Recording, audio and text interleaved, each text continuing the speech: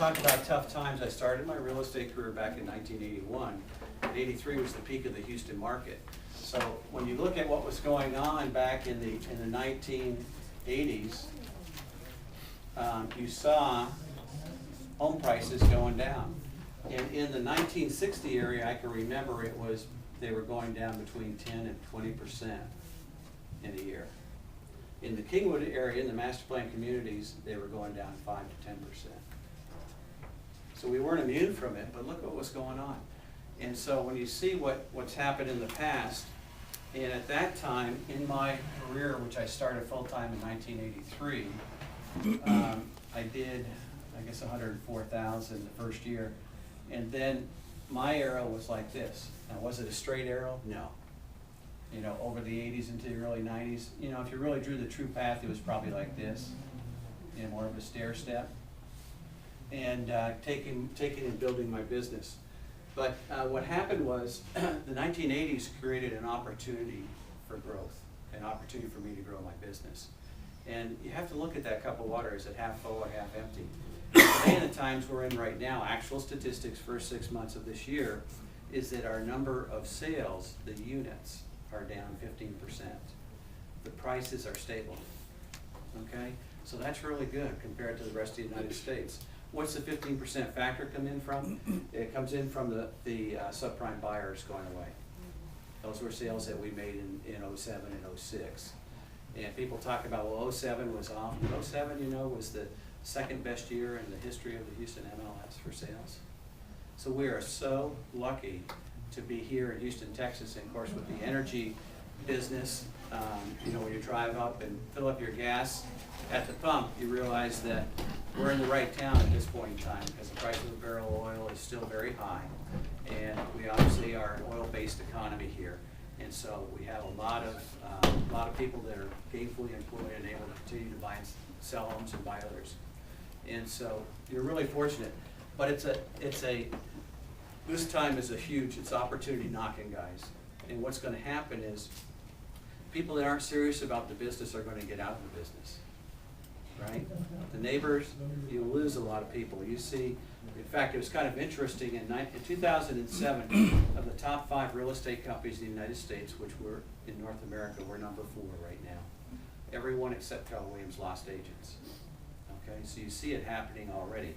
And what does that do? It means that the person that's out there thinking about selling their home, that you know, but they also know the neighbor that they play tennis with next door that sells 3 houses a year, they're probably in a little bit more challenging times. They're not going to list with that person that plays tennis. They're going to look for the consummate professional. They're going to look for the full-time professional.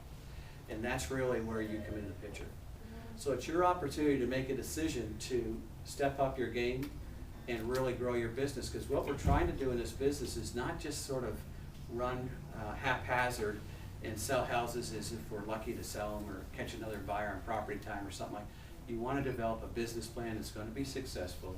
You want to build a real estate practice. When I came in this business, I said I'm going to build a real estate practice that's the same as a dentist, a doctor, lawyer, different people like that. You know, you don't see them necessarily advertising a lot, right? Most of it's word of mouth. And the majority of your business should be coming after 3 to 5 years in this business. The majority of your business should be coming from 3 sources, and that's referrals, right, from past customers, friends, whoever, repeat customers, and general reputation in the community. And you need to give yourself a report card and do this on an annual basis to see where your business comes from each year, because within a 3 to 5 year period, 80% of your business and sales should come from that. The other 20% will come from sign calls, from marketing that you're doing, different new people that you're picking up that you're adding to your sales on an annual basis. You know, it's as simple as brochure boxes on your signs and making sure they're full. Check it once a week, okay? We sell an average, Star and I would sell an average of 6 houses a year just off the brochure boxes. And we had a couple people comment, it's kind of interesting, you always keep yours full. And we get out in the rain and go up to the house and try to get one, and there's nothing in the box, you know. So a lot of it's back to basics. And secondly, I think it's exceeding people's expectations. What's different about my personal appearance today as opposed to the average realtor, and not just men, but women in the business? I'm wearing a suit, okay? I've got a tie on, and I can tell you for the vast majority of my career, this is how I would show up on a listing appointment, okay? And I'm not putting down people that aren't dressed this way on a regular basis. I'm giving you an opportunity to stand out. Ladies, you have to look at your personal dress. You don't have to spend a ton of money. See how nice Lisa looks back there? And, I'm sorry, Lenora looks back there. There's an L word. Sorry. But you see how nice she looks, and you know, you accessorize, and you really try, and when that person opens the door and they're gonna talk to you about selling the major investment that they've made, the highest investment they typically make in their lifetime, what kind of impression are you making on them? I think that people also come out, and a lot of times if you're on a listing appointment and you come out and you're saying goodbye and they walk you out to the front step, they look out and see what kind of car you're driving.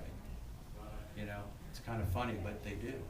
Because they, you know, it's dressing for success, it's driving for success, and so it's just something that I've observed. Has anybody else observed that? Yes. They want to know, because when people are listing their house, they're going to probably call an average of 3 people out to market the house, unless there's somebody that's just, you've already sold a home to. So, you know, I think that's exceeding people's expectation is real important. You want to try and, you know, you should aspire to be a top 20 realtor. A top 20 realtor. You've heard the adage that 20% of the people do 80% of the business. It's not totally true, but there's some truth to that, to a certain extent, isn't there? And so you want to, my goal was, when I came into business, was I wanted to do the business better than 90% of the people that were in the business. I didn't know how to do the business, but my goal was to try and do it better than 90% of the people in the business. And I wouldn't always reach that goal, but the majority of the time I did. And as a result, it caused my business to be able to grow. So we've got a huge opportunity here. And I think what you've got to do is really get back to basics. You know, in good times, anybody can sell houses. You don't have to work that hard at it, and people can make a good living. But when you get back to basics, you know, you start off with the number one, what's the number one basic we need to make sure we're doing? Anybody? Lead generation. Lead generation, okay? Lead generation comes in many forms. We can't just be in this business and be passive and expect people are going to come and do business with me because I'm a good person, right? You can't. I mean, you'll get some business from that, but you won't be able to grow your business. So you have to be very proactive. So you can be proactive by doing lots of different things in lead generation, whether it's calling expireds for sale by owners, working your database. Everybody that's serious about this business should have a database. I call it a people farm, that you're mailing something out to those people and touching them at least once a month. You don't have to spend a lot of money on it, but you need to be doing that, because they know, the average person knows, I think in this area, knows 5 or 6 realtors, or at least familiar with their names, because they've seen their signs in the community. And so, how do you stand out? You know, for you,